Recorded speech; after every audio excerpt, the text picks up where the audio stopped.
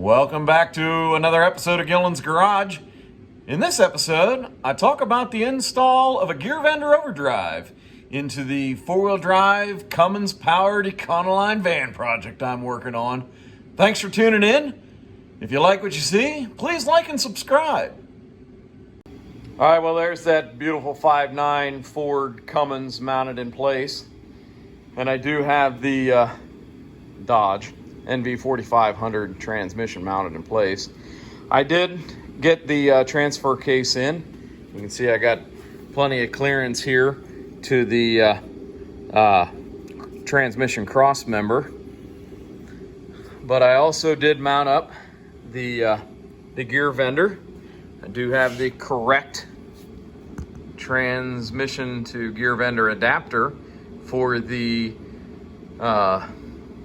Dodge 241 DHD transfer case. I did measure. It does look like, it's hard to get them all in the same picture here. It does look like drive shaft length will be about 40 inches with very little offset, which is nice. So, as you can see, I did get the mechanical input for the speedometer cable. So I will be able to use my factory Ford speedometer cable with an extension. Looking at it here in the chassis, I'll drop down. Oh yeah, plenty of clearance. 3/4 of an inch clearance to that cross member right there, which should be plenty. So overall, I'm really thrilled with this install. Can't wait to be on the road with it.